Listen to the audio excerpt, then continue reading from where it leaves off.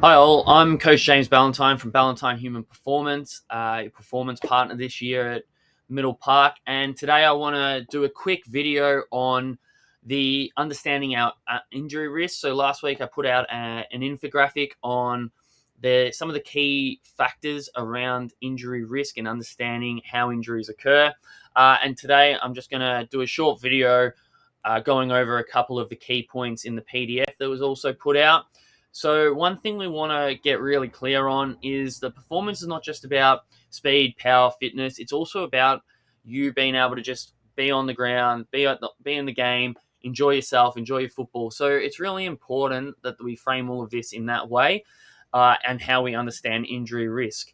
So there's a couple of at a fundamental level, injuries occur because of the mechanical demand exceeds the tissue tolerance. And the tissue can be your muscle, your ligament, your tendons, your bones.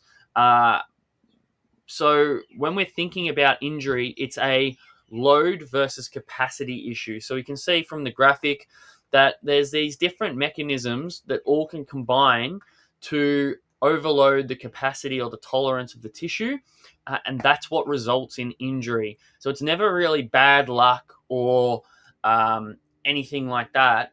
When particularly when a soft tissue injury occurs, so tendons or muscle, it's a load issue. And load can be present in a lot of different ways, but some of the key ones are in biomechanics, so how you move and how you load the tissues. So, depending on your previous injuries, how your training is, what sports you've played, all different kinds of things, that'll affect your biomechanics and how you actually load your body. And everyone will be slightly different in the way they load, like their calves, their quads, their hamstrings, their knees, their hips. But biomechanics plays a big role.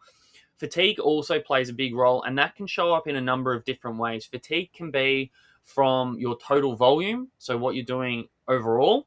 It can be acutely within a session or a game, and it can also be accumulated over time, from the biomechanical basis. So with fatigue, it can be that a muscle in particular gets fatigued during the session, and at some point, the load that's placed on it exceeds the capacity of that tissue to perform the action, and it subsequently gets injured. So, a good example of this is a strain, maybe later in a game, in a hamstring after you go for a sprint. Because you've played a lot of the game and gotten towards the end, the body's fatigued, that hamstring is just not tolerating the load anymore. You go for a sprint, the hamstring goes. So that's an example there. And then environment can be multifactorial here, but playing surface, all different kinds of factors go into the environmental demands. And that's another factor for loading. And there's a couple of others, but I'll leave that for a presentation later in the month to go through those. So one of the key things, and this is a big part of the performance partnership, is actually shifting from a reactive to a proactive approach to our training and to our physical preparation. So with decreasing injury risk, it's not that we're going to completely get rid of injuries. We can never, by just being physically active by default, you are increasing your injury risk, because the only way you can decrease it is to sit still and not do anything. So the framework for this is decreasing our risk of injury, or the probability or likelihood of injury. So particularly for soft tissue injuries, they're the most preventable.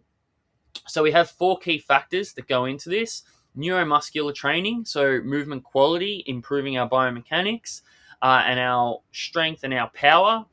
So neuromuscular adaptations. You have your structural strength, so improving tissue capacity, the capacity to perform work and tolerate load. Workload management, so making sure that our training is consistent and we're not having huge spikes in our training and playing loads.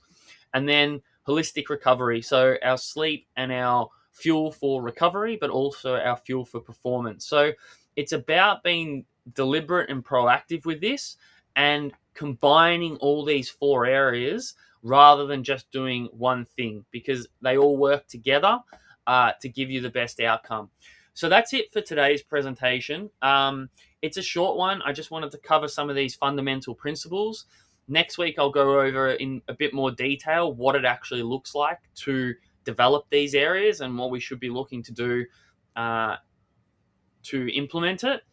And then later on in the month, we'll have a presentation where I'll really do a deep dive on all these, this understanding our injury risk and how to minimize it. And you'll be able to ask questions. So in the meantime, you can talk to your coach about getting the Stay in the Game program. It's a free 2 times a week at home, minimal equipment, suitable for under 14s through to the seniors, which is going to cover off on your neuromuscular training and your structural strength. So again, reach out to your coach. They all have the link to the program, and you can get started on that straight away. So stay in the game, enjoy your football, and I'll speak to you soon. I'm Coach James Ballantyne from Ballantyne Human Performance.